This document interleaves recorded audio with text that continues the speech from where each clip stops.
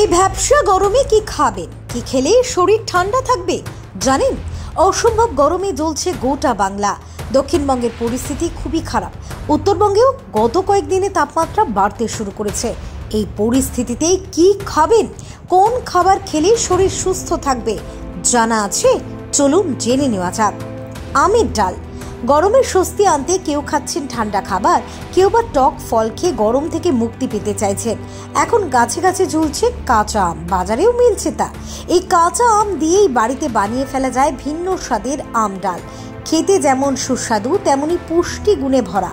টক খেলে গায়ে রোদ লাগে না, এমন কথা মা ঠাকুমারা বলতেন। কথাটা কিন্তু ভুল নয়। শরীর ঠান্ডা করতে সাহায্য করে কাঁচা আম। এছাড়াও গরমের সময় অরুচি কাটাতেও সহায়ক এই আম ডাল। মৌরির ভেজানো জল। মৌরির জলেও গরমে পাওয়া যায় অনেক উপকার। মৌরি ভেজানো জল তৈরি করা খুবই সহজ। 1 চামচ কাঁচা মৌরি ভালো করে ধুয়ে নিন। এবার 1 গ্লাস জলের মধ্যে পরিষ্কার করে রাখা মৌরি ভিজিয়ে সারা রাত রেখে দিন। পরের দিন সকালে উঠে জল ছেঁকে নিয়ে খালি পেটে পান করুন, দেখবেন উপকার পাবেন। মুড়ি ভেজানো জল। মৌরির জলের মতোই মুড়ি ভেজানো জলেও রয়েছে অনেক উপকার। মুড়ি ভিজিয়ে সেই মুড়ি এবং জল খান, দেখবেন শরীর অনেক ভালো লাগছে। পুদিনা পাতা এবং লেবু তৈরি পানীয়। গরমের স্বস্তি পেতে খুব সহজেই তৈরি করুন পুদিনা লেবুর মজাদার শরবত।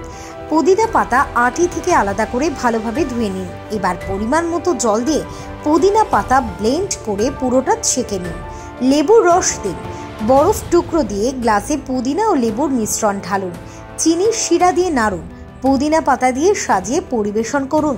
চাইলে চিনির শিরার পরিবর্তে মধুও দেওয়া যেতে পারে। এই শরবত একবার পান করে শুধু দেখুন, গরমে অনেক স্বস্তি পাবেন। লাউয়ের জুস। পুষ্টিগুণে ভরপুর লাউয়ের জুস শরীরের জন্য খুবই উপকারী।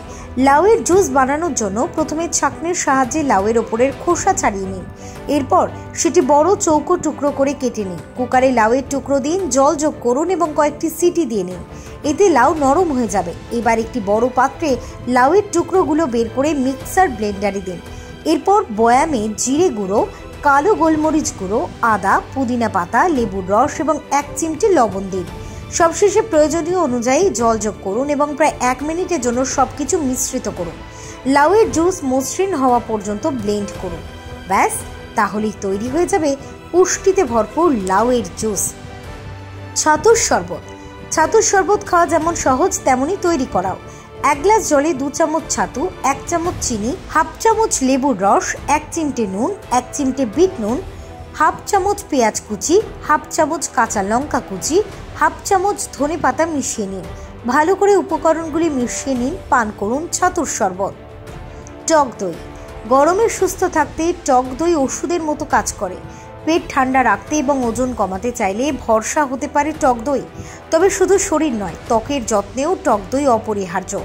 গরমে ত্বকে এমনিতেই নানা সমস্যা দেখা দেয়, তাই গ্রীষ্মকালে অবশ্যই টক দই খাওয়া জরুরি। আম পোড়া শরবত। শরীর ঠান্ডা করতে পান করুন আম পোড়া শরবত। এই শরবত বানানোর জন্য প্রথমে আমের খোসা ছাড়িয়ে শাঁস বের করে নিন। এরপর ব্লেন্ডারে আমের পাল্প, জিরে গুঁড়ো, চিনি, বিট লবণ এবং জল দিয়ে পেস্ট তৈরি করে নিতে হবে। এবারে গ্লাসে আমের মিশ্রণ ঢেলে নিন। এতে কিছুটা বরফ এবং ঠান্ডা জল ঢেলে নিন। এবার পান করুন।